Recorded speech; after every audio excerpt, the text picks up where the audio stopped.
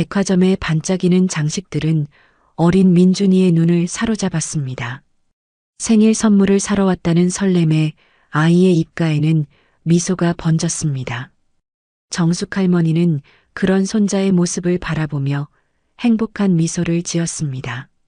민준아, 갖고 싶은 거 있으면 뭐든지 말해. 오늘은 민준이가 주인공인 날이니까. 정숙 할머니는 민준이의 손을 꼭 붙잡은 채 백화점으로 발걸음을 옮겼습니다.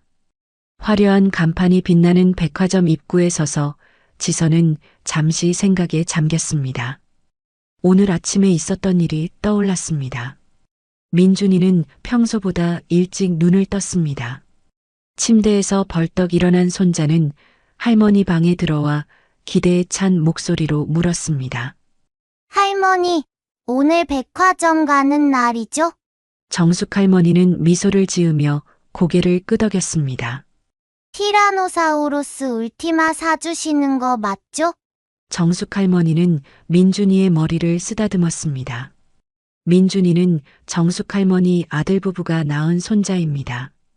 아들과 며느리는 민준이가 어릴 적 교통사고로 세상을 떠났고 이후 할머니가 맡아 키우고 있었습니다. 오늘은 민준이가 몇 달 전부터 갖고 싶어 했던 한정판 장난감이 출시되는 날이었습니다. 그래, 할머니가 약속했으니까 꼭 사줄게. 아침 식사를 마치고 민준이는 자기 방으로 달려갔습니다. 잠시 후 곰 인형 파파를 품에 안은 채 돌아왔습니다.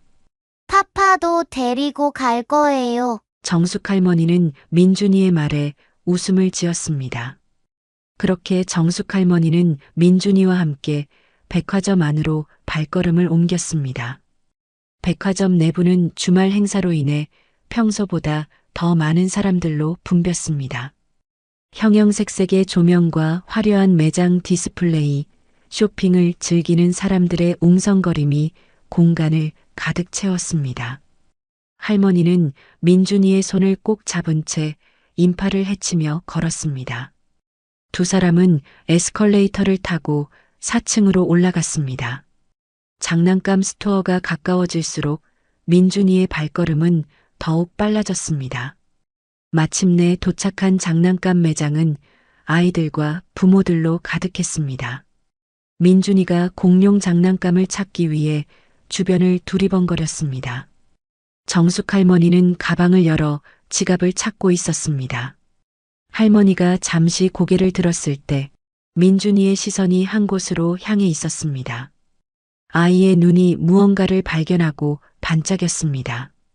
통로 끝에 있는 특별 전시 코너에서 한 남자가 커다란 공룡 피규어를 들고 서 있었습니다. 그것은 분명 민준이가 그토록 원했던 티라노사우루스 울티마 같았습니다. 그 순간 백화점 내 방송이 흘러나왔습니다. 무슨 내용인지 집중하려는 찰나 할머니의 손에서 민준이의 손이 빠져나가는 느낌을 받았습니다. 할머니는 찾고 있던 지갑을 마저 찾고 고개를 들었습니다. 그런데 눈앞에 민준이가 사라졌습니다. 잠시 당황했지만 곧 마음을 진정시켰습니다. 아마도 기대에 부풀어 먼저 장난감 코너로 달려갔을 것이라 생각했습니다. 아이의 이름을 부르며 장난감 코너로 걸어갔습니다. 주변 진열대 사이사이를 살폈지만 민준이의 모습은 보이지 않았습니다. 민준이가 사고 싶어 했던 장난감 쪽 코너로 서둘러 걸어갔습니다. 그곳에 있을 거라고 생각했습니다. 하지만 민준이는 보이지 않았습니다. 혹시 파란색 티셔츠에 청바지 입은 아이 보셨나요? 할머니는 장난감 코너 직원에게 물었습니다. 하지만 직원은 고개를 저었습니다. 심장이 빠르게 뛰기 시작했습니다. 매장을 한 바퀴 더 돌아보았습니다. 민준이는 그 어디에도 없었습니다. 민준아! 이제 할머니의 목소리에는 명백한 공포가 실렸습니다. 주변의 사람들이 그녀를 힐끔거리며 바라보기 시작했습니다. 그 순간 문득 아침에 본 뉴스가 머릿속을 스쳤습니다. 최근 대형 쇼핑몰에서 발생하고 있는 아동 납치 사건.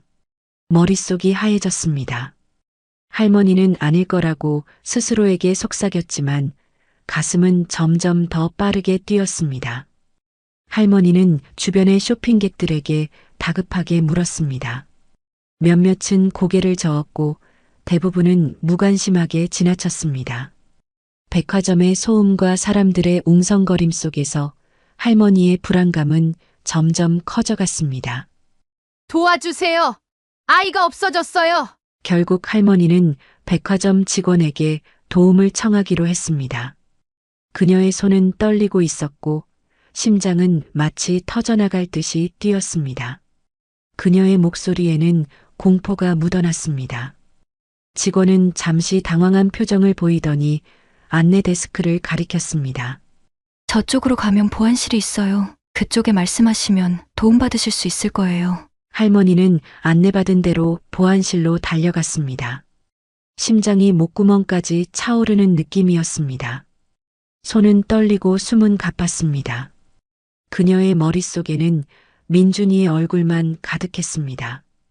보안실 앞에는 황태식 이름표를 단 젊은 보안요원이 서 있었습니다. 갓 입사한 듯 긴장한 표정이었습니다. 할머니는 그에게 달려가 팔을 붙잡았습니다. 아이가 없어졌어요. 방금 전까지 제 옆에 있었는데 할머니의 목소리가 떨렸습니다. 파란색 티셔츠에 청바지를 입고 있었고 곰 인형을 안고 있었어요. 4층 장난감 매장에서 사라졌어요. 황태식 보안요원은 서류를 꺼내 들었습니다. 할머니 일단 진정하시고 아이의 성함과 나이, 인상착에 다시 한번 말씀해 주세요. 할머니는 떨리는 목소리로 민준이에 관한 정보를 말했습니다. 그녀의 손톱이 손바닥을 파고들었습니다. 황태식은 천천히 메모하며 고개를 끄덕였습니다. 그 속도가 할머니에게는 고문처럼 느껴졌습니다. 네, 알겠습니다. 일단 안내 방송부터 내보내겠습니다. 황태식은 내선 전화를 들어 방송실에 연락했습니다. 할머니는 초조하게 주변을 둘러보았습니다. 보안실 내부에는 모니터가 여러 대 있었고 각 모니터에는 백화점 여러 구역의 영상이 보였습니다. 그녀의 시선이 CCTV 화면에 고정되었습니다. 그 화면 어딘가에 민준이가 있을 것이라는 생각에 가슴이 아팠습니다. 잠시 후 백화점 내에 안내 방송이 울려 퍼졌습니다. 고객 여러분 안내 말씀드립니다. 박민준 어린이를 찾고 있습니다. 파란색 티셔츠에 청바지를 입은 5살 남자아이로 곰 인형을 안고 있습니다. 발견하신 분은 가까운 매장 직원이나 안내 데스크로 알려주시기 바랍니다. 안내 방송을 들으며 할머니는 잠시 안도했습니다. 민준이를 금방 찾을 수 있다고 생각했습니다. 하지만 그 안도감은 잠시뿐이었습니다. 방송 이후에도 민준이의 소식은 들려오지 않았습니다. 시간이 흐를수록 그녀의 불안감은 커져갔습니다. 납치당한 거 아닐까요? 할머니가 급하게 말을 꺼냈습니다. 요즘 뉴스에 나오잖아요. 쇼핑몰에서 아동 납치 사건이 일어나고 있다고요. 납치범이 밖으로 데리고 나가면 어떡해요? 백화점 문을 닫아야 하는 것 아닌가요? 할머니의 목소리가 높아졌습니다. 주변의 직원들이 그녀를 힐끔거리며 바라보았습니다. 황태식은 당황한 기색이 역력했습니다. 그는 진정시키려는 듯 두 손을 들어 올렸습니다. 진정하세요, 손님. 저희에게도 규정이 있습니다. 지금 모든 직원들이 아이를 찾고 있으니 곧 규정이 아이의 안전보다 중요한가요? 할머니의 목소리는 이제 거의 울부짖음에 가까웠습니다. 그녀의 눈에서 눈물이 흘러내렸습니다. 제 아이가 지금 이 순간에도 백화점 밖으로 끌려나가고 있을지도 모르는데 그때 문을 열고 중년의 남자가 들어왔습니다. 그의 이름표에는 김도연 보안팀장이라고 적혀 있었습니다. 그는 차분한 걸음으로 다가왔습니다. 그의 얼굴에는 수십 년의 경험이 묻어나는 무표정함이 있었습니다. 무슨 일입니까? 도연 팀장이 무심한 표정으로 물었습니다. 황태식이 급히 상황을 설명했습니다. 손님의 아들이 실종됐다고 합니다. 방금 안내 방송을 내보냈습니다. 김도연 팀장은 평온한 표정으로 할머니를 바라보았습니다. 그 차분함이 오히려 할머니를 더 초조하게 만들었습니다. 보안실 안의 시계 초침 소리가 귓가에 크게 울렸습니다. 한 초 한 초가 지날 때마다 민준이는 더 멀어져 가는 것만 같았습니다. 안내 방송 외에 다른 조치도 취해야 해요. 도연 팀장은 고개를 끄덕이며 천천히 무전기를 들었습니다. 그 느린 동작이 지선에게는 고문과도 같았습니다. 아이를 잃은 어머니의 공포를 전혀 이해하지 못하는 것 같았습니다. 각 층 담당자들, 파란색 티셔츠에 청바지를 입은 남아를 주의 깊게 찾아주세요. 이름은 박민준, 곰인형을 안고 있을 가능성이 높습니다. 그 느긋한 대응에 분노가 치밀어 올랐습니다. 그녀의 손이 떨리기 시작했습니다. 초조함에 머리카락을 쓸어 넘기며 주변을 둘러보았습니다. 보안실 벽에 걸린 시계가 가차없이 시간이 흐름을 알려주고 있었습니다. 민준이가 사라진 지 이미 5분이 지났습니다. 그것만으론 안 돼요. 안내 방송도 했는데 아무 소식이 없잖아요. CCTV를 확인하고 출구를 막아주세요. 도연 팀장은 지선의 눈을 똑바로 보며 말했습니다. 그의 눈에는 감정이 없었습니다. 그저 일상적인 업무를 처리하는 것처럼 담담했습니다. 손님, 아직 납치라고 단정할 근거는 없습니다. 매일 수십 명의 아이가 잠시 헤어졌다가 찾는 경우가 대부분입니다. 저희가 먼저 기본적인 수색을 하고 그때는 이미 늦을 수도 있어요. 제발. 할머니의 목소리가 흔들렸습니다. 도연 팀장의 무심한 표정에 분노와 절망감이 밀려왔습니다. 보안실 문이 다시 열리고 정장 차림의 중년 남성이 들어왔습니다. 그의 이름표에는 이상철 총괄 매니저라고 적혀 있었습니다. 그는 주변을 한번 둘러보고는 도연 팀장에게 다가갔습니다. 그의 구두 소리가 보안실의 긴장된 공기를 가르며 울렸습니다. 어떤 상황인가? 도연 팀장이 일어나 상철 매니저에게 상황을 설명했습니다. 5살 남아 박민준 군이 약 10분 전에 장난감 매장에서 실종되었습니다. 전체 안내 방송을 했고 각 층 직원들이 수색 중입니다. 10분. 이미 10분이나 지났습니다. 그녀는 머릿속으로 백화점의 크기를 가늠해 보았습니다. 10분이면 아이가 건물 밖으로 나갔을 수도 있는 시간이었습니다. 상철 매니저는 고개를 끄덕이고 할머니를 향해 돌아섰습니다.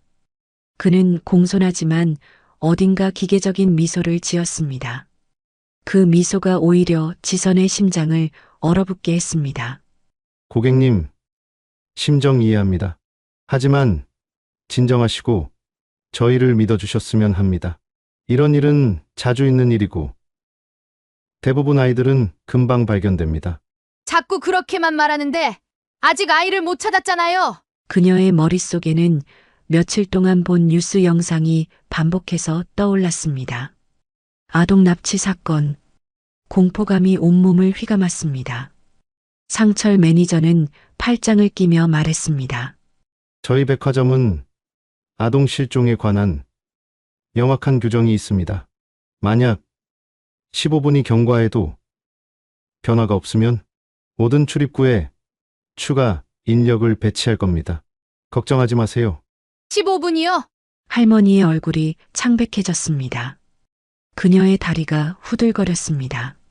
15분이면 납치범이 아이를 데리고 나가기에 충분한 시간이에요. 아직 납치라고 단정할 수는 없습니다.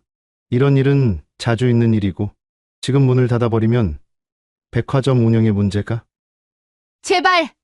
할머니는 흐느끼며 말했습니다. 그녀의 양손이 떨렸습니다. 눈물이 볼을 타고 뚝뚝 떨어졌습니다. 제발 지금 당장 백화점 문을 닫아주세요. 상철 매니저의 표정이 약간 굳어졌습니다. 그의 목소리에 단호함이 묻어났습니다. 죄송합니다만 저희도 절차를 따라야 합니다. 수천 명의 고객이 있는 백화점을 함부로 봉쇄할 수는 없습니다. 할머니는 절망감에 온몸이 떨렸습니다.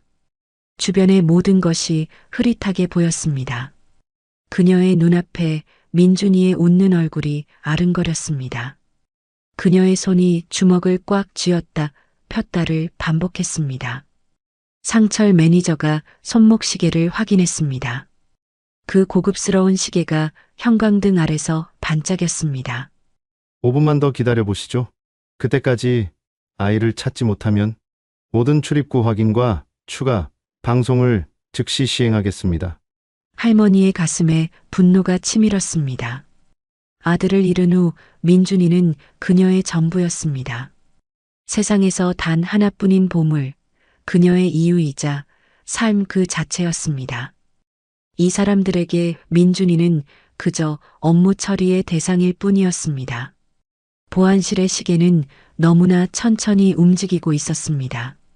초침 하나하나가 끔찍한 소리를 내며 그녀의 심장을 후벼 파는 것 같았습니다. 밖에서는 여전히 백화점의 흥겨운 음악이 흘러나왔습니다. 사람들은 여전히 쇼핑을 즐기고 있었습니다. 모든 게 너무 평화롭고 일상적이었습니다. 하지만 할머니의 세상은 이미 무너져 내리고 있었습니다. 그녀는 손가락 사이로 흐르는 시간을 붙잡을 수 없다는 절망감에 사로잡혔습니다. 할머니의 머릿속에서는 이제 한 가지 생각만이 맴돌았습니다. 규정, 절차, 기다림. 이런 것들 때문에 민준이를 잃을 수 없으니 그녀가 직접 행동해야 했습니다.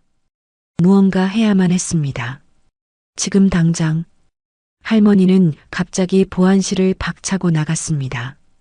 그녀의 머릿속에는 오직 한 가지 생각뿐이었습니다. 백화점 문을 닫아야 했습니다. 지금 당장 모든 출구를 막아야 했습니다. 손님 어디 가십니까? 그 순간 할머니는 이미 복도를 달리고 있었습니다. 사람들 사이를 헤치며 달렸습니다. 한 여성이 그녀와 부딪혀 쇼핑백을 떨어뜨렸지만 멈추지 않았습니다. 다른 때라면 사과했겠지만 지금은 그럴 여유가 없었습니다. 1층 중앙홀에 도착했을 때 그녀의 시선이 한 곳에 고정되었습니다. 화려하게 빛나는 귀금속 매장, 두꺼운 유리로 된 진열장들. 그녀의 뇌리에 한 가지 생각이 번개처럼 스쳤습니다. 할머니는 목표를 정하고 귀금속 매장으로 달려갔습니다. 심장이 귓가에서 쿵쾅거렸습니다. 숨이 가빴지만 멈출 수 없었습니다. 몇몇 보안 요원들이 그녀를 쫓아오는 소리가 들렸습니다. 귀금속 매장 앞에 도착한 할머니는 잠시 망설임 없이 가장 큰 유리 진열장 앞에 섰습니다. 안에는 값비싼 목걸이와 팔찌들이 진열되어 있었습니다. 그녀는 깊게 숨을 들이쉬었습니다. 마음속으로 민준이를 생각했습니다. 주먹을 꽉 쥐었습니다. 그리고 온 힘을 다해 유리 진열장을 내리쳤습니다. 손바닥이 아팠지만 멈추지 않았습니다. 2번, 3번 연속으로 내리쳤습니다. 점원이 비명을 질렀습니다. 계속되는 타격에 주변 사람들이 몰려들기 시작했습니다. 유리는 금이 가기 시작했습니다. 그 순간 귀를 찢는 듯한 경보음이 울렸습니다. 요란한 사이렌 소리가 백화점 전체에 울려 퍼졌습니다. 할머니의 손에서 피가 흘렀지만 그녀는 고통을 느끼지 못했습니다. 잠시 후 천장과 벽면의 여러 곳에서 금속성 소리가 들렸습니다. 비상 셔터가 내려오기 시작한 것입니다. 백화점의 모든 출입구와 층간 연결 지점에 있는 대형 금속 셔터들이 자동으로 내려왔습니다. 백화점 전체가 외부와 차단되기 시작했습니다. 사람들이 당황하며 소리치기 시작했습니다. 어떤 이들은 출구를 향해 뛰었지만 이미 늦었습니다. 금속 셔터가 모든 출구를 봉쇄했습니다. 백화점 내부는 순식간에 혼란에 빠졌습니다. 할머니는 깨진 유리 진열장 앞에 서서 피 흘리는 손을 바라보았습니다. 그녀의 눈에서 눈물이 흘러내렸습니다. 하지만 그것은 후회의 눈물이 아니었습니다. 이제 아무도 백화점을 빠져나갈 수 없었습니다. 민준이도 마찬가지였습니다. 그가 어디에 있든 아직 이 건물 안에 있을 것이라는 희망이 있었습니다. 보안 요원들이 그녀에게 달려왔습니다. 황태식이 가장 먼저 도착했고 그 뒤로 도연 팀장과 상철 매니저가 따라왔습니다. 그들의 얼굴에는 충격과 분노가 뒤섞여 있었습니다. 미쳤습니까? 뭘 하신 겁니까? 상철 매니저가 소리쳤습니다. 할머니는 그를 똑바로 쳐다보았습니다. 그녀의 목소리는 이상하게 차분했습니다. 이제 아무도 이 백화점을 나갈 수 없어요. 우리 손자도, 납치범도. 황태식 보안 요원이 그녀의 팔을 잡았습니다. 당신은 지금 수백억 원의 제품을 손상시키고 백화점 전체를 마비시켰습니다. 제정신입니까? 할머니는 눈물을 닦았습니다. 그녀의 손에서 여전히 피가 흘렀지만 아픔보다는 결연함이 더 컸습니다. 아이를 찾기 위해서라면 이보다 더한 것도 할 수 있어요. 이제 빨리 CCTV를 확인하고 백화점 구석구석을 뒤져서 당장 내 아이를 찾아주세요. 주변에 모인 사람들이 그녀를 쳐다보았습니다. 공포, 분노, 혼란스러운 표정들이 뒤섞여 있었지만 일부 사람들의 눈에서는 그녀의 행동에 대한 이해와 동정의 눈빛이 보였습니다. 특히 아이를 동반한 부모들의 눈빛이 그랬습니다. 그들이라도 같은 상황에 처했다면 어쩌면 같은 선택을 했을지도 모른다는 침묵의 이해가 있었습니다. 경보음은 계속 울렸습니다. 백화점은 완전히 봉쇄되었습니다. 이제 시간과의 싸움이 시작되었습니다. 그때 할머니의 결연한 모습을 조용히 지켜보던 김도연 팀장이 천천히 다가왔습니다. 할머니의 눈을 똑바로 바라보았습니다. 할머니의 눈에서 눈물이 뺨을 타고 흘러내렸습니다. 김도연 팀장의 눈빛이 미세하게 변했습니다. 그 순간 할머니는 무릎을 꿇었습니다. 깨진 유리 조각들 위에 무릎을 꿇은 채 그녀는 오열했습니다. 제발요. 내 아이만 찾아주세요. 아이만 찾으면 다 변상할게요. 그녀의 눈물이 유리 조각 위에 떨어졌습니다. 그 광경은 주변의 모든 사람들을 얼어붙게 만들었습니다. 주변의 공기가 무거워졌습니다. 경보음은 여전히 울리고 있었지만 그 순간만큼은 모든 것이 멈춘 것 같았습니다. 그때 김도연 팀장이 천천히 무릎을 꿇고 할머니의 눈높이에 맞췄습니다. 그의 표정은 더 이상 무심하지 않았습니다. 인간적인 동정과 이해가 담겨 있었습니다. 할머니, 지금 상황은 신경 쓰지 마세요. 아이를 먼저 찾읍시다. 제가 도와드릴게요. 할머니의 눈에 희망의 빛이 어렸습니다. 그녀는 천천히 고개를 들었습니다. 눈물로 얼룩진 얼굴이었지만 그 안에는 확고한 의지가 담겨 있었습니다. 고맙습니다. 그녀가 속삭였습니다. 도연 팀장은 고개를 끄덕이고 일어섰습니다. 그는 무전기를 들어 올렸습니다. 모든 직원들 주목하세요. 지금부터 백화점 전체를 체계적으로 수색합니다. 누구도 이 건물을 떠날 수 없는 상황입니다. 모든 인력을 동원하세요. 이상철 총괄 매니저는 할머니의 돌발 행동에 분노한 표정이었지만 수색에 반대하지 않았습니다. 백화점은 이미 봉쇄되었고 지금 상황에서 할 수 있는 최선은 신속하게 아이를 찾는 것이었습니다. 할머니는 천천히 일어섰습니다. 그녀의 손에서는 여전히 피가 흘렀지만 민준이를 찾을 수 있다는 희망이 그녀에게 새로운 힘을 주었습니다. 잠시 후 김도연 팀장과 이상철 총괄 매니저가 사무실에서 회의를 시작했습니다. 할머니는 잠시 보안 직원들과 함께 밖에서 대기하고 있었습니다. 도연 팀장이 CCTV 화면을 보며 말했습니다. CCTV 영상에 수상한 점이 있습니다. 여기를 보세요. 4층 장난감 매장 근처에서 한 남자가 검은 모자를 쓰고 계속 서성이는 모습이 있었습니다. 그는 여러 번 아이들 주변을 배회했고 특히 혼자 있는 아이들에게 관심을 보였습니다. 상철 매니저의 표정이 복잡해졌습니다. 이 사람이 납치범이라면 현재 백화점은 완전히 봉쇄되었으니 이 안에 있을 겁니다. 우리가 체계적으로 수색하면 반드시 아이를 찾을 수 있습니다. 상철 매니저는 잠시 생각에 잠겼습니다. 도연 팀장이 계속 말했습니다. 백화점을 구역별로 나눠 모든 직원을 동원해 체계적으로 수색합시다. 창고, 화장실, 직원 전용 공간까지 모두 수색해야 합니다. CCTV 영상도 다시 한번 철저히 분석하고 고객과 직원을 검문 검색해야 합니다. 이상철 총괄 매니저가 고개를 저었습니다. 하지만 고객들이 불평할 거예요. 이미 셔터가 내려가서 혼란스러운데 검문 검색까지 한다면 금방입니다. 빠르게 아이를 찾고 이 문제를 해결해야 해요. 도연 팀장이 단호하게 말했습니다. 우리가 지금 올바른 판단을 하지 않으면 나중에 더 큰 문제가 될 수 있습니다. 만약 정말 납치 사건이라면 우리의 초기 대응 미흡으로 아이에게 무슨 일이 생긴다면 그 책임을 누가 지겠습니까? 그 말에 상철 매니저는 침묵했습니다. 알겠습니다. 당신 계획대로 하세요. 하지만 아이가 납치되지 않았고 할머니가 단순히 백화점을 파손시킨 거라면 모든 책임은 당신이 지세요. 도연 팀장은 고개를 끄덕였습니다. 그리고 그는 재빨리 사무실을 나와 밖에서 대기하고 있던 할머니에게 다가갔습니다. 할머니의 손은 응급처치를 받아 붕대로 감겨 있었습니다. 그녀의 눈에는 여전히 걱정과 두려움이 가득했지만 이제 그 안에 희망의 빛도 함께 있었습니다.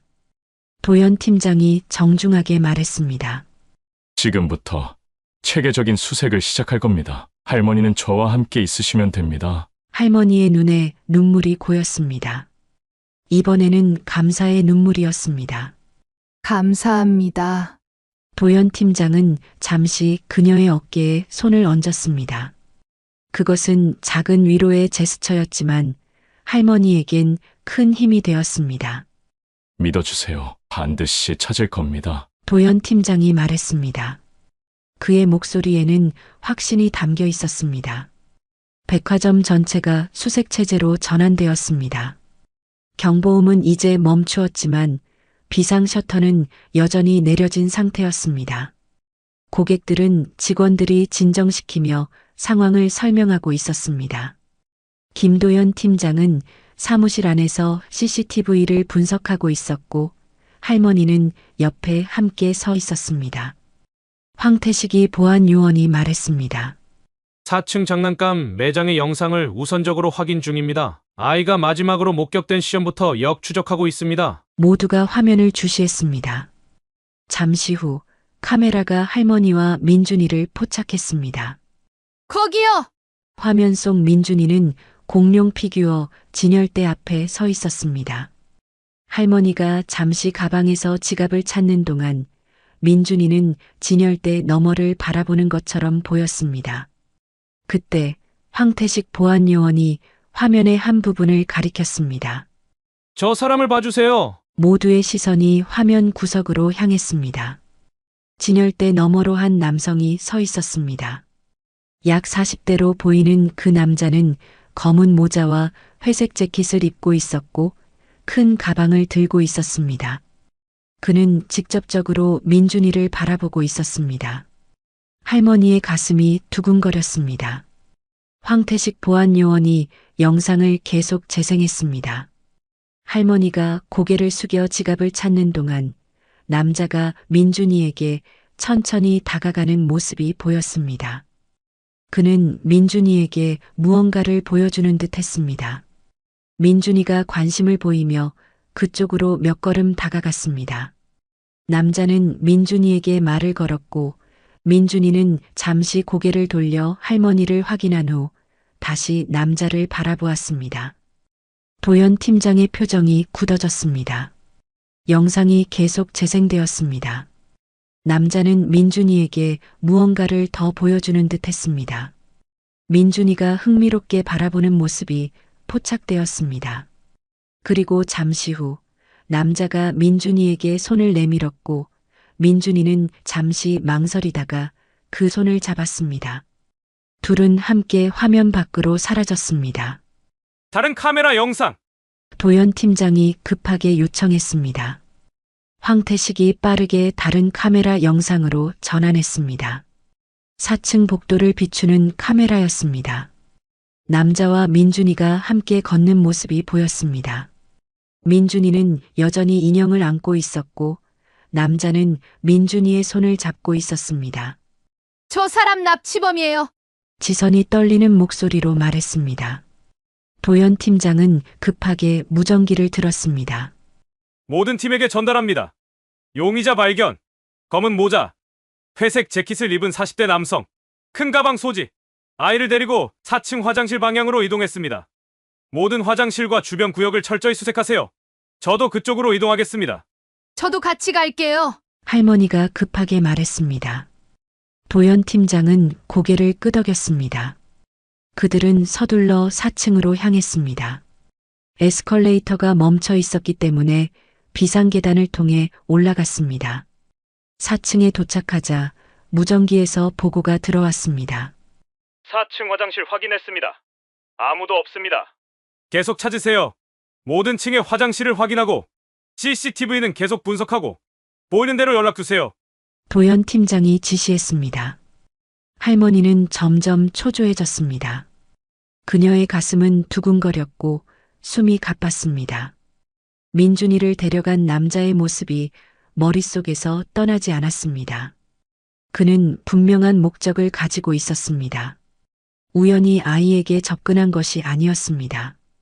그는 명백한 납치범이었고 빠르게 백화점을 나섰을 가능성도 있었습니다. CCTV에서 용의자와 아이의 추가 위치를 발견했습니다. 황태식 보안요원이 무전으로 말했습니다. 4층 화장실에 들어간 후 다시 나오는 모습이 포착되었습니다. 그리고 직원 전용 계단으로 향했고 직원 전용 출구 지하에서 다시 확인됐습니다. 도연 팀장이 눈을 크게 떴습니다. 모든 팀 주목. 용의자가 직원 전용 계단을 통해 이동 중입니다. 모든 직원 구역과 창고를 집중 수색하세요. 특히 지하를 집중 수색하세요. 할머니와 김도연 보안팀장은 급하게 지하로 향했습니다. 할머니의 마음은 공포와 자책감, 그리고 분노가 뒤섞여 있었습니다. 하지만 그 무엇보다 민준이를 찾아야 한다는 절박함이 강했습니다. 지하로 내려가는 계단은 끝없이 길게 느껴졌습니다. 매 발걸음마다 할머니의 심장은 더 빠르게 뛰었습니다. 아이를 반드시 찾아야만 했습니다. 김도연 보안팀장과 할머니, 그리고 여러 보안요원은 지하 1층 직원 전용 공간을 하나도 빠짐없이 수색하기 시작했습니다. 하지만 민준이의 모습은 보이지 않았습니다. 그때 복도 끝에 낡은 문이 보였습니다. 직원 전용 화장실이라는 표지가 붙어 있었습니다. 할머니의 심장은 더욱 빠르게 뛰었습니다. 왠지 저곳에 민준이가 있을 것 같았습니다. 도연 팀장이 문 앞에 서서 잠시 귀를 기울였습니다. 아무 소리도 들리지 않았습니다. 그는 할머니에게 뒤로 물러서라는 손짓을 했습니다. 그리고 천천히 문을 열었습니다. 아무도 없는 것 같습니다. 도연 팀장의 말에 할머니의 희망은 사그라들었습니다. 지하 화장실은 캄캄하고 조용했습니다. 도연 팀장이 불을 켰지만 오래된 형광등은 희미하게 깜빡이며 제대로 빛을 내지 못했습니다. 어둠 속에서 낡은 세면대와 거울이 흐릿하게 보였습니다. 도연 팀장이 천천히 화장실 안으로 들어갔습니다. 그는 조심스럽게 첫 번째 칸을 열어보았습니다. 비어 있었습니다. 두 번째 칸도 마찬가지였습니다. 할머니의 표정에는 이미 체념이 깃들기 시작했습니다. 도연 팀장이 세 번째 칸 앞에 멈춰 섰습니다. 그는 잠시 귀를 기울였습니다. 아무 소리도 들리지 않았습니다. 그가 천천히 문을 밀었지만 잠겨 있었습니다. 잠겨 있어요. 도연 팀장이 할머니를 돌아보며 말했습니다. 할머니의 심장이 갑자기 빠르게 뛰기 시작했습니다. 민준아, 그녀가 불확실한 목소리로 말했습니다. 민준아, 할머니야, 거기 있니? 하지만 아무 소리도 들리지 않았습니다. 도연 팀장은 문을 두드렸습니다. 여전히 아무 대답이 없었습니다. 그는 무전기를 들어 연락했습니다. 관리팀, 지하 1층 직원 전용 화장실 비상 열쇠 즉시 가지고 와주세요. 그 후 몇 분이 지났지만 할머니에게는 영원처럼 느껴졌습니다. 마침내 한 직원이 열쇠를 들고 도착했습니다. 도연 팀장이 재빨리 열쇠를 받아 문을 열었습니다. 문이 열리자 할머니의 숨이 멎었습니다. 화장실 칸 구석에 작은 형태가 쓰러져 있었습니다.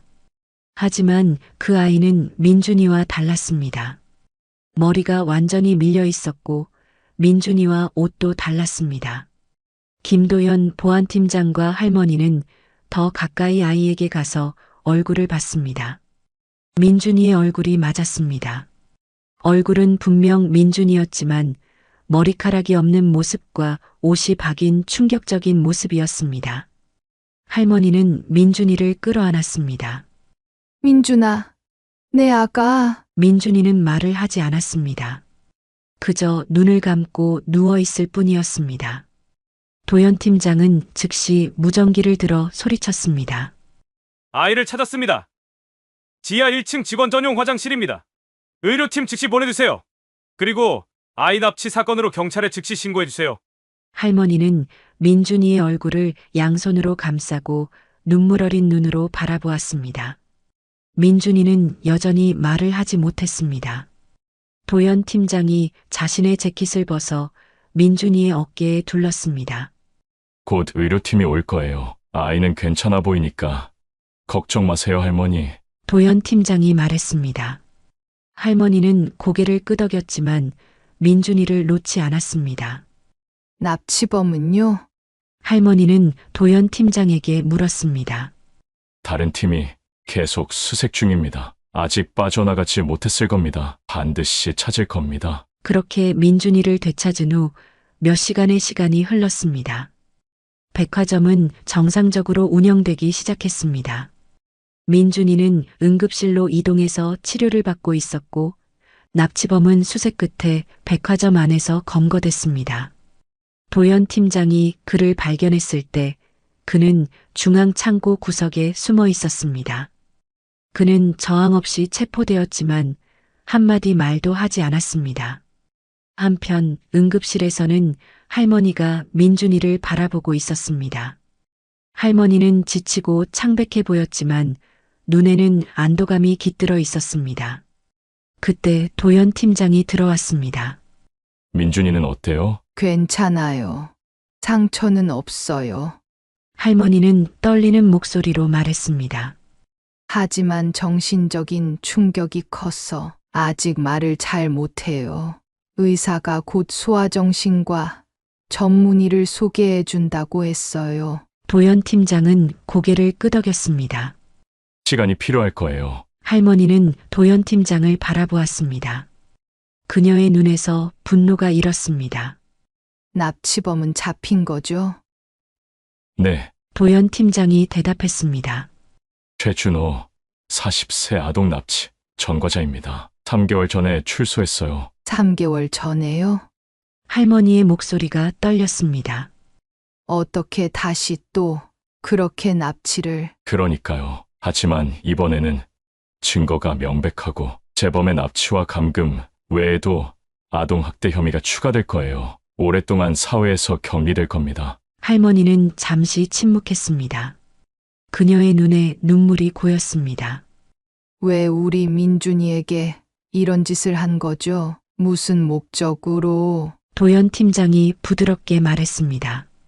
모든 세부 사항을 알기에는 아직 이릅니다. 하지만 그의 계획은 민준이의 외모를 바꿔 백화점에서 데리고 나가는 것이었습니다. 그리고 할머니가 그의 범행을 막았습니다. 할머니는 잠시 놀란 표정을 지었습니다. 자신이 백화점 귀금속 매장을 파손했다는 사실을 잠시 잊고 있었습니다. 무모할 수도 있는 할머니의 행동이 결과적으로 납치범의 범행을 막았습니다. 비상 셔터가 내려가자 그는 민준이를 화장실에 숨기고 자신은 다른 곳으로 도망쳤어요. 상황이 진정되면 다시 아이를 데리고 나갈 계획이었을 겁니다. 아, 네. 제가 매장을 부셨죠? 할머니의 목소리가 떨렸습니다.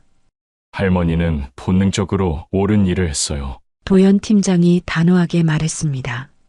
그것이 아니었다면 민준이를 찾지 못했을지도 모르고 납치범도 못 잡았을 겁니다. 할머니는 창밖을 바라보았습니다. 응급실 앞에는 뉴스밴이 몰려와 있었습니다. 사람들은 무슨 일이 있었는지 알기 위해 모여들었고 기자들은 현장 보도를 준비하고 있었습니다. 그 순간 비가 내리기 시작했습니다. 빗방울이 유리창을 타고 흘러내렸습니다. 빨리 민준이를 데리고 집에 가고 싶어요. 할머니가 작은 목소리로 말했습니다. 도연 팀장이 부드럽게 미소 지었습니다. 곧 갈 수 있을 거예요. 그리고 할머니가 주저하며 말했습니다. 깨진 유리 진열장은 제가 모두 변상할게요. 어떻게 드리면 될까요? 도연 팀장이 가볍게 웃었습니다. 그건 걱정하지 마세요. 백화점 측에서 모든 비용을 부담하겠다고 했습니다. 이번 사건으로 저희 백화점 측에서도 미흡한 대처였다고 판단하고 깊이 반성하고 있습니다. 할머니의 눈에 놀라움이 스쳤습니다. 그녀는 잠시 말을 잇지 못했습니다. 고맙습니다. 할머니가 마침내 말했습니다. 정말 고맙습니다. 도연 팀장은 그저 고개를 끄덕일 뿐이었습니다. 그의 눈에는 이해와 공감이 담겨 있었습니다. 같은 부모로서의 이해, 그리고 한 아이의 안전을 위해 모든 것을 걸었던 한 할머니의 용기에 대한 존경. 할머니의 마음은 한결 더 가벼워졌습니다. 최악의 악몽은 끝났습니다. 이제 민준이와 할머니의 회복의 시간만 필요할 뿐이었습니다. 그리고 그녀는 민준이와 함께 그 시간을 천천히 하지만 확실하게 걸어가기로 했습니다. 며칠 후 서울 중부경찰서의 조사실은 차갑고 딱딱했습니다. 회색 벽과 형광등 불빛이 공간을 더욱 삭막하게 만들었습니다. 할머니는 불편한 의자에 앉아 김영사의 설명을 듣고 있었습니다. 민준이는 옆방에서 아동심리 전문가와 이야기를 나누고 있었습니다. 최준호에 대한 조사가 상당 부분 진행되었습니다. 김영사가 파일을 펼치며 말했습니다. 그의 범행 패턴은 매우 계획적이고 치밀했어요. 할머니는 차분히 듣고 있었지만 그녀의 손은 무의식적으로 떨리고 있었습니다. 그날의 기억이 다시 떠오르는 듯해서 가슴이 미칠 듯이 뛰었습니다. 도연 팀장도 옆자리에 앉아 있었습니다. 그는 이 사건의 중요 증인이자 첫 신고자로서 조사에 참여하고 있었습니다. 최준호는 아동 납치 전과 5범입니다. 김영사가 설명을 이어갔습니다. 그는 항상 같은 수법을 사용했어요. 아이의 관심을 끌만한 물건, 주로 장난감이나 인형을 이용해 유인했고요. 할머니는 손으로 얼굴을 가렸습니다. 도연 팀장이 조용히 그녀의 어깨에 손을 얹었습니다. 그가 진술한 바에 따르면 김영사가 계속했습니다. 민준이가 어떤 장난감에 큰 관심을 보이는 것을 발견했을 때 그것을 이용해 접근하기로 했답니다. 최준호는 그 장난감보다 더 좋은 장난감을 보여주겠다며 민준이에게 접근했어요. 민준이가 처음에는 망설였지만 그는 사진을 보여주며 유인했고 민준이는 결국 따라갔습니다. 할머니의 손이 떨렸습니다. 김영사는 다른 파일을 펼쳤습니다. 최준호는 아이의 외모를 변경했습니다. 이것은 요 며칠 일어났던 아이 납치 사건의 전형적인 수법이었어요. 머리를 자르고 옷을 바꿔 입히고 때로는 모자나 안경을 씌우기도 했습니다. 이렇게 하면 보안 카메라나 목격자들이 아이를 알아보기 어려워지죠. 할머니의 얼굴이 창백해졌습니다. 만약 백화점 비상경보가 울리지 않았다면 그는 민준이를 데리고 백화점을 빠져나갔을 가능성이 높습니다. 그게 최준호의 탈출 계획을 완전히 무산시킨 거죠. 그는 당황해서 민준이를 화장실에 가두고 자신은 도망쳤어요. 할머니의 눈에 눈물이 고였습니다. 공포와 안도감이 뒤섞인 감정이었습니다. 그때 문이 열리고 정장 차림의 여성이 들어왔습니다. 안녕하세요. 박유진 심리상담사입니다. 김영사가 자리에서 일어나 그녀를 맞이했습니다. 민준이와의 상담은 어땠나요? 민준이는 심각한 트라우마를 겪고 있습니다. 박유진 상담사가 조용히 말했습니다. 아직 자신에게 일어난 일을 완전히 이해하지 못하고 있어요. 그는 지금 혼란스럽고 두려운 상태입니다. 할머니가 걱정스럽게 물었습니다. 민준이가 괜찮아질까요? 박유진 상담사가 부드러운 표정으로 대답했습니다. 아이들은 놀라운 회복력을 가지고 있습니다. 적절한 지원과 치료가 있다면 민준이는 시간이 지나면서 이 경험을 극복할 수 있을 거예요. 하지만 당장은 안정적인 환경과 지속적인 관심이 필요합니다. 박유진 상담사는 계속해서 이야기를 이어나갔습니다. 현재 민준이는 분리 불안을 보이고 있습니다. 할머니와 떨어지는 것을 극도로 두려워하고 있어요. 또한 낯선 사람들, 특히 남성에 대한 경계심이 매우 높아졌습니다. 할머니는 마음이 아팠습니다. 민준이가 겪은 고통을 생각하면 가슴이 찢어질 것 같았습니다. 제가 어떻게 해야 할까요? 할머니가 떨리는 목소리로 물었습니다. 박유진 상담사가 미소를 지었습니다. 가장 중요한 것은 안정감을 주는 것입니다. 민준이에게 안전하다는 것을 지속적으로 확인시켜 주세요. 그리고 무엇보다 인내심을 가지세요. 트라우마의 회복은 직선적이지 않습니다. 좋은 날도 있고 힘든 날도 있을 거예요. 그때 김영사가 다시 입을 열었습니다. 조사는 거의 마무리되었습니다. 최준호는 이미 구속되었고 추가 증거들도 확보했습니다. 그는 오랫동안 사회로부터 격리될 겁니다. 할머니는 천천히 고개를 끄덕였습니다. 그가 다시는 이런 짓을 할 수 없게 되는 거죠? 네, 그렇습니다. 김영사가 단호하게 대답했습니다. 이번 사건은 아동 납치 미수가 아닌 기수로 적용됩니다. 최대한의 형량이 선고될 것입니다. 할머니는 창밖을 바라보았습니다. 비가 그치고 햇빛이 조금씩 비치기 시작했습니다. 마치 그녀의 마음속 어둠도 조금씩 걷히는 것 같았습니다. 민준이를 데리고 집에 가도 될까요? 할머니가 물었습니다. 네, 물론입니다. 김영사가 미소를 지었습니다. 이제 집에 가서 충분히 쉬세요. 할머니는 자리에서 일어났습니다. 도연 팀장도 함께 일어났습니다. 정말 감사합니다. 도연 팀장님. 할머니가 진심 어린 목소리로 말했습니다. 도연 팀장은 손을 흔들며 말을 막았습니다. 저는 그저 제 일을 했을 뿐입니다. 할머니의 용기가 민준이를 구한 거예요. 할머니는 고개를 끄덕였습니다. 그렇게 일주일이 지났습니다. 할머니의 작은 아파트는 다시 포근한 가정의 온기로 채워졌지만 그 안에는 아직 말로 표현할 수 없는 긴장감이 감돌고 있었습니다. 민준이의 머리카락은 아주 조금씩 자라기 시작했습니다. 짧은 솜털이 두피를 덮고 있었지만 여전히 수건이나 모자로 가리고 다녔습니다. 그날 밤 할머니는 민준이의 침대 옆에 앉아 자장가를 불러주고 있었습니다. 매일 밤 이어지는 의식이었습니다. 민준이는 인형을 꼭 안은 채 이불 속에 누워 있었습니다. 그의 눈은 천장을 바라보고 있었습니다. 할머니, 민준이가 갑자기 입을 열었습니다. 할머니는 노래를 멈추고 민준이를 바라보았습니다. 그날 민준이의 목소리가 작아졌습니다. 할머니의 심장이 빠르게 뛰기 시작했습니다. 민준이는 그날 이후로 무슨 일이 있었는지 한 번도 말하지 않았습니다. 박유진 상담사는 아이가 준비되면 스스로 말하기 시작할 것이라고 했습니다. 그리고 그 순간이 드디어 온 것 같았습니다. 그녀는 성급하게 굴지 않으려 노력했습니다. 민준이는 인형을 더 꽉 안았습니다. 그의 작은 손가락이 인형의 갈색 털을 꼭 쥐었습니다. 아저씨가 공룡 인형을 보여준다고 했어요. 민준이가 떨리는 목소리로 말했습니다. 할머니는 조용히 들었습니다. 그녀의 손이 무의식적으로 떨리고 있었지만 민준이가 알아차리지 못하도록 꽉 쥐었습니다.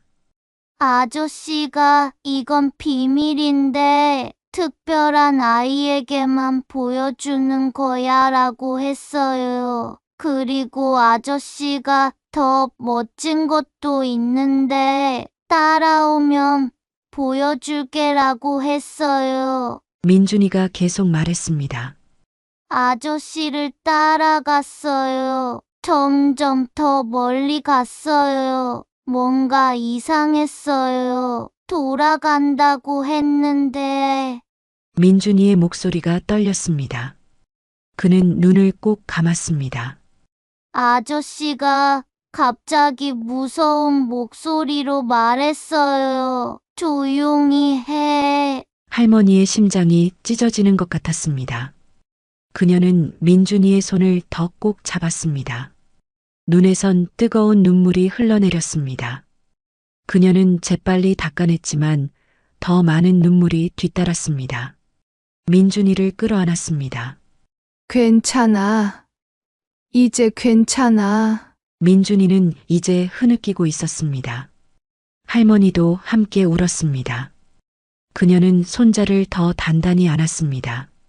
그녀의 마음속에서는 참을 수 없는 분노와 슬픔이 휘몰아쳤습니다. 어떻게 누군가가 이렇게 순수한 아이에게 이런 끔찍한 짓을 할 수 있는지 이해할 수 없었습니다. 민준이는 할머니의 품 안에서 조금씩 진정되었습니다. 그의 눈꺼풀이 무거워지기 시작했습니다. 할머니는 민준이의 머리를 부드럽게 쓰다듬었습니다. 민준이의 눈이 천천히 감겼습니다. 그는 인형을 꼭 안은 채 잠들기 시작했습니다. 할머니는 오랫동안 옆에 있었습니다. 그녀의 마음은 복잡한 감정으로 가득했습니다. 분노, 슬픔, 후회, 그리고 안도감. 하지만 그 모든 감정 위에 결연한 의지가 자리 잡고 있었습니다. 그녀는 민준이가 이 트라우마를 극복할 수 있도록 어떤 희생이라도 감수할 준비가 되어 있었습니다. 침실을 나와 거실로 향하는 지선의 눈에는 결의가 담겨 있었습니다. 그녀는 핸드폰을 들어 박유진 상담사에게 문자를 보냈습니다. 민준이가 오늘 처음으로 이야기했어요. 메시지를 보낸 후 할머니는 소파에 앉아 얼굴을 양손으로 감쌌습니다. 분노의 눈물이 그녀의 뺨을 타고 흘러내렸습니다. 하지만 그녀는 알고 있었습니다. 이제는 미래를 바라볼 시간이라는 것을.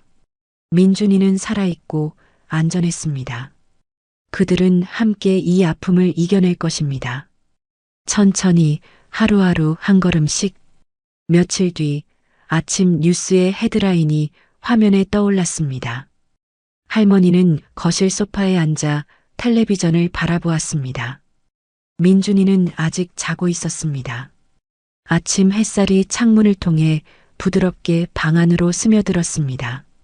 지난달 대형 백화점에서 발생한 아동 납치 사건이 사회적 이슈로 떠오르고 있습니다. 앵커의 목소리가 이어졌습니다.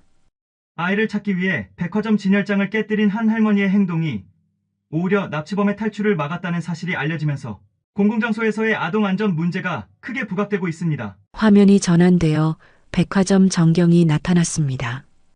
그리고 할머니가 찍힌 흐릿한 CCTV 화면 한쪽에 떠올랐습니다.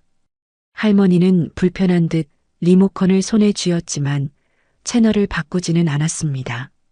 할머니는 아이가 백화점에서 사라지자 즉각적인 조치를 요구했고 절박한 상황에서 그녀는 귀금속 진열장을 깨뜨려 비상경보를 울리게 했습니다. 할머니의 CCTV 장면 이후 할머니의 인터뷰 장면이 나왔습니다. 아이를 지키기 위해서라면 어떤 일도 할 수 있어요. 저는 단지 본능적으로 행동했을 뿐입니다. 화면 속 할머니가 말했습니다. 하지만 중요한 것은 개인의 용기가 아닌 시스템의 변화입니다. 우리 아이들을 지키기 위한 제대로 된 시스템이 필요합니다. 저의 돌발 행동이 납치를 막았지만 만약 그렇지 않았다면 저는 아이를 잃었을 수도 있습니다. 화면은 다시 다른 부모들의 인터뷰로 전환되었습니다. 비슷한 경험의 사례들, 백화점, 쇼핑몰 등 대형 시설 아동 실종 관련 매뉴얼에 관한 인터뷰가 나왔습니다. 할머니는 자리에서 일어나 민준이의 방으로 향했습니다. 민준이는 침대에서 일어나 앉아 있었습니다. 그의 머리카락은 예전보다 많이 자랐습니다. 우리 민준이 잘 잤어? 할머니가 부드럽게 물었습니다. 민준이는 슬픈 얼굴로 고개를 끄덕였습니다. 아저씨가 나타났어요. 할머니는 민준이 옆에 앉아 그를 안아주었습니다. 괜찮아. 이제 할머니가 여기 있어. 아무도 너를 데려갈 수 없어. 민준이는 할머니의 품에 안겨 천천히 진정되었습니다. 이제 이것은 그들의 일상이 되었습니다. 밤마다 악몽에서 깨어나는 민준이, 그리고 항상 곁에서 안심시켜주는 할머니. 그렇게 몇 년이 흘렀습니다. 민준이의 머리카락은 충분히 자랐습니다. 그는 이제 학교에 다니기 시작했고 친구들도 조금씩 사귀기 시작했습니다. 어느 추운 겨울밤 지선은 민준이에게 책을 읽어주고 있었습니다. 그것은 용감한 기사에 관한 이야기였습니다. 할머니, 민준이가 갑자기 말했습니다. 나 이제 괜찮아. 할머니는 책을 내려놓고 민준이를 바라보았습니다. 응? 나 이제 괜찮아. 민준이가 더 확신에 찬 목소리로 반복했습니다. 더 이상 무섭지 않아. 할머니 눈에 눈물이 고였습니다. 그 간단한 말이 그녀에게는 세상에서 가장 아름다운 말이었습니다. 그녀는 민준이를 꼭 안았습니다. 정말? 그녀가 떨리는 목소리로 물었습니다. 민준이는 고개를 끄덕였습니다. 그는 베개 밑에서 종이 한 장을 꺼냈습니다. 그것은 그가 그린 그림이었습니다. 그림 속에는 민준이와 할머니가 손을 잡고 있었고 할머니는 슈퍼히어로 망토를 입고 있었습니다. 이게 뭐야? 할머니가 미소를 지으며 물었습니다. 선물이에요. 할머니는 제 영웅이에요. 민준이가 진지하게 말했습니다. 할머니가 날 찾아줬으니까. 할머니가 날 구해줬으니까. 할머니는 말을 잇지 못했습니다. 눈물이 그녀의 뺨을 타고 흘러내렸습니다. 그녀는 민준이를 더 꽉 안았습니다. 할머니는 눈물을 닦았습니다. 그리고 민준이의 이마에 키스했습니다. 사랑해. 우리 아가. 그렇게 민준이는 이불 속으로 들어갔습니다. 그의 얼굴에는 오랜만에 평화로운 미소가 떠올랐습니다. 할머니는 잠시 그의 옆에 앉아 있다가 불을 끄고 조용히 방을 나왔습니다. 거실로 나온 할머니는 창밖을 바라보았습니다. 눈이 내리기 시작했습니다. 하얀 눈송이들이 창문에 부딪히며 아름다운 패턴을 만들었습니다. 할머니는 창 밖을 바라보며 미소를 지었습니다. 새로운 시작이었습니다. 민준이와 할머니를 위한 새로운 인생의 시작.